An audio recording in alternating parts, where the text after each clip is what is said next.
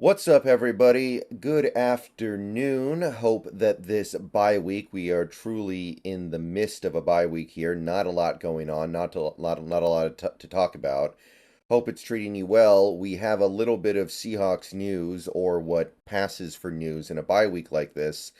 And given that there's not a heck of a lot else going on, I thought this would be worth talking about. I thought about talking about this a couple days ago when it was initially reported that something might happen, but then I figured it was probably a good idea to wait, see if anything actually happened, because it's one thing to talk about it, but it's a completely different thing to actually do it. So, Jamal Adams, obviously, some stuff went down Monday night with him and the injury that he sustained at the knee of Daniel Jones, and his reaction to being told that, hey, you're injured and you can't go back in. So, Adam Schefter had this to tweet out earlier today. It was reported earlier this week that the league would consider disciplining Jamal Adams for the sideline outburst towards the concussion doctor who presumably told him that he can't play again that day. So, after reviewing the incident and seeing Jamal Adams' apology, the NFL has decided not to discipline the Seahawks safety for his actions towards the independent concussion doctor appointed by the NFL and NFLPA following his concussion sideline evaluation in Monday night's game. So initially, I think a lot of Seahawks fans were kind of annoyed that they were even thinking about disciplining him. But realistically, they have to at least consider it. They have to at least talk about it, right? That's just kind of how it goes in the NFL, where when somebody does something, even if it's understandable and explicable, and maybe he even has a legitimate excuse for it, they have to discuss it. So I didn't want to stir up more outrage about it when it was clear that they hadn't made a decision yet. Jamal Adams, by the way, that apology was made yesterday. He did Jamal Adams on Twitter here, or X, excuse me. I want to apologize to the OG, the doctor. You did everything right when you realized I was concussed. I apologize for any negative energy I brought your way.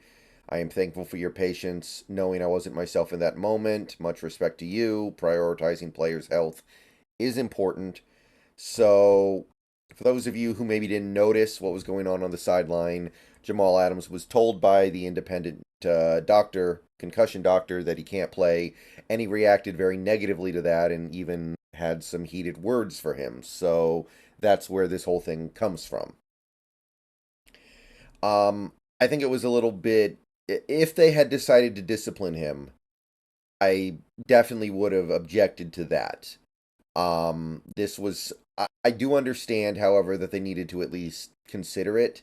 I think they need to consider pretty much everything in pretty much any circumstance that can come up regarding a player acting outside of the confines of normal behavior.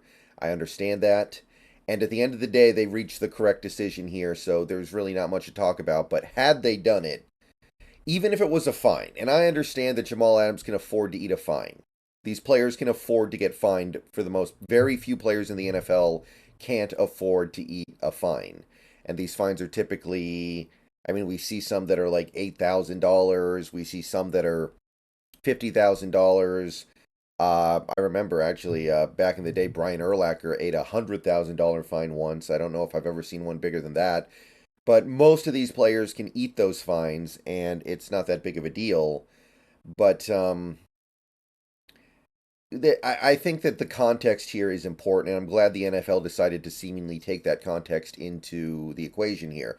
Jamal Adams has not played in over a year. This was a very emotional moment for him, as he detailed throughout the week when he was telling those stories about how tough it was for him to get hurt in the first game last year and not be able to play for over a year and have to contemplate retirement, have to think about maybe this is it for me. I'm still young. I still feel like there's a lot of good things that I can do, and there are a lot of good things that he can do. And he thought maybe it was over. He suffered an injury that in many instances is a career ender. He had to work very hard to get back here. This was supposed to be his big moment of returning to an NFL field, and 9 plays in, it's over. And he reacted very emotionally to that. Like they were in technically the concussion doctor was taking that away from him. Now he was doing so correctly, but also while we're here, he had just suffered a concussion. He is not himself. Jamal even mentions that in his apology. He was not himself in that moment because he had just gotten concussed. It's known that a concussion can affect your behavior and it can affect your emotions. It can affect the way you react to things. So, Jamal Adams acting like that, there are multiple reasons why it happened, and I think it's all pretty understandable and justifiable. So the real concern, of course, with regard to this was were they going to consider suspending him for a game? Which I mean, obviously the fact that they didn't suspend him at all or fine him at all means it was probably never a real consideration. That's what people were afraid of, and that would have been really goofy. But I can kind of see how people arrive at that suspicion that that might happen because concussions are such a big deal in the modern NFL. And to see a player react like that to being told that he can't play because of a concussion, maybe that was a thought, maybe that was some kind of a possibility.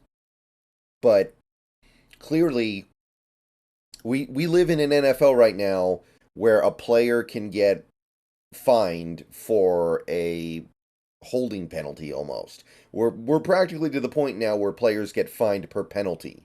Like if you've seen some of the fines that have been levied against guys like Metcalf, guys like offensive linemen on this team, guys like for face mask penalties, we're getting close to the point where players are going to start getting fined for basic penalties.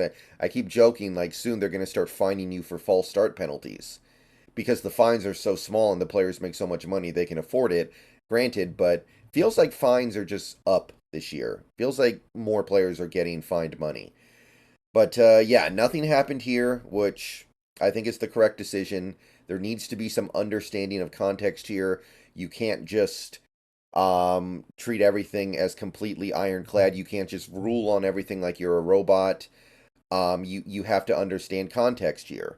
It reminds me of several years ago when players got fined when they tested positive for steroids and performance enhancing drugs and basically illegal substances, and there was no understanding of potential context. Like these players are playing on the road. People sneak things into their food in restaurants in rival cities. They can eat things without realizing it. It can be completely accidental. It could be malicious, but there was no understanding of that possibility at the time. It was just you are responsible for what is in your body, and sometimes it's not necessarily that simple. And there was no nuance for the difference between knowingly taking a performance enhancing substance and accidentally having one and being snuck one by a rival by a malicious actor. So I'm glad the NFL reached the right decision here. Jamal Adams will not be disciplined. I assume that means no fine, but it obviously means no suspension either, which is the big one, because Jamal Adams is very likely going to be ready for this next game, and it's going to be a big moment for him. I imagine the first game that he gets to actually play the full time and have a big impact will be a big moment for him. No need to delay it by any more time. See you guys later. Go Hawks.